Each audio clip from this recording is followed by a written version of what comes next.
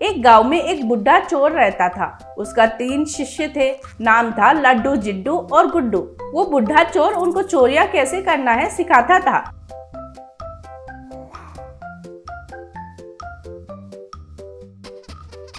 उन तीनों के बीच में बिल्कुल ही नहीं जमता था। एक दूसरों को एक विश्वास नहीं करते थे, इसलिए हमेशा झगड़ा करते रहते थे।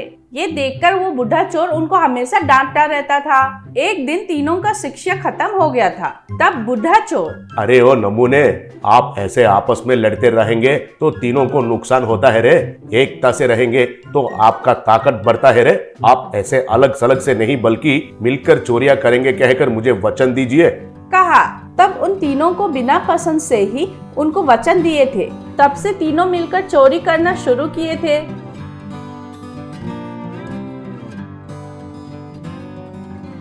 उनमें लड्डू बहुत खाऊ था। जब भी देखो तो कुछ न कुछ खाता रहता था। जिड्डू देखने में मामूली है लेकिन बहुत बलवान था। कितना बड़ा पत्थर को भी बहुत आसानी से उठा लेता था। गुड्डू बहुत होशियार था।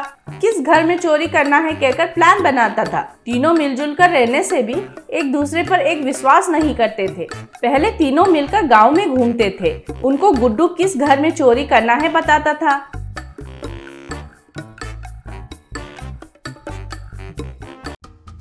रात होते ही तीनों उस घर का दीवार से कूदकर अंदर जाते थे। तब जिड्डू घर की दीवार को बड़ा सा छेद लगाता था और तीनों अंदर जाकर अलमीरा को नकली चाबी से खोलकर उसमें सब कुछ लूट लेते थे।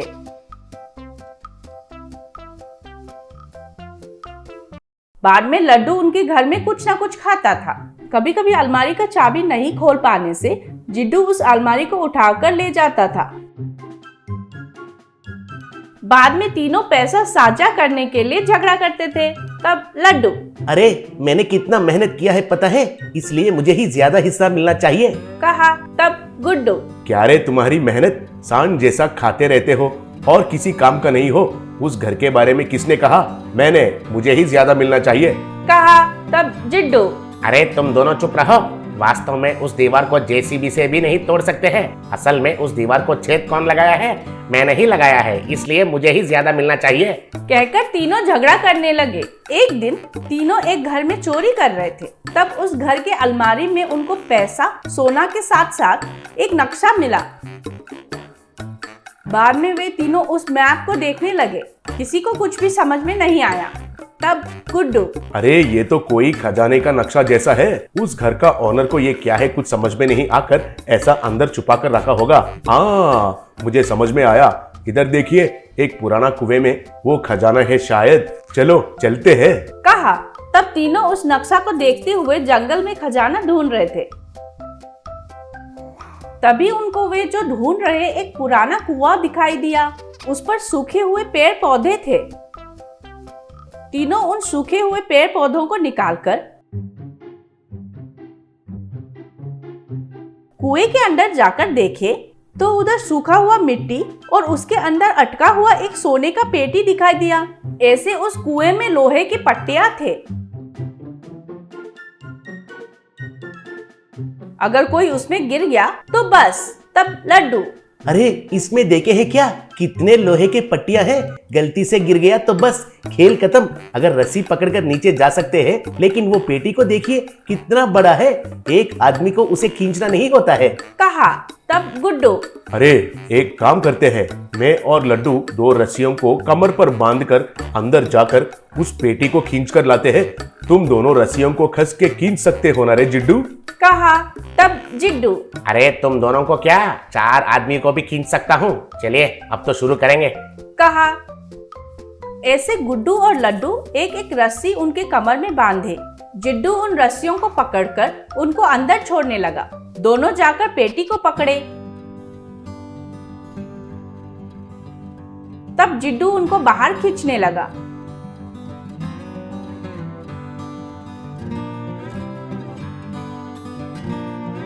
इतने में लड्डू रस्सी पर लटकते हुए, अरे ओए, अब मैं बहुत मेहनत कर रहा हूँ, इस बार झुकेगा नहीं साले। मुझे ज्यादा हिस्सा मिलना चाहिए, पहले से ही बोल रहा हूँ, कहा। तब गुड्डू। चुप रहो रे, मैं सबसे ज्यादा मेहनत कर रहा हूँ, मुझे ही ज्यादा हिस्सा मिलना चाहिए। असल में इस जगह के बारे में कौन पता किया था? मैंने ही किया था ना। कहा। तब जिड्डू रस्सियाँ खींचते हुए, ओहो, अरे अगर मुझे गुस्सा आया तो ये रस्सियाँ छोड़ देता हूँ तो लोहे के पट्टियाँ घुसकर मर जाएंगे रे। मुझे ही ज्यादा हिस्सा देंगे कहे तो ही आप दोनों को ऊपर खींचूंगा। कहा। तब गुड्डू। ओहो, ऐसा किया तो ये पेटी तुमको कैसे मिलेगी? कहा। ऐसे तीनों आपस में झगड़ा करते हुए कुछ घंटों तक ऐसे ही थे। इतने में पुलिस उधर आए। तब वे दोनों को बाहर खींचकर तीनों को पकड़कर खूब पीटे। तब एसआई। अरे उस घर में चोरी होने के बाद आपके ऊपर हमने निगरानी रखे थे, आपको फॉलो कर रहे थे, आपके वजह से ही सरकार को खजाना मिला है। चलिए पुलिस थाने। कहा। ऐसे वे तीनों जेल में चले गए।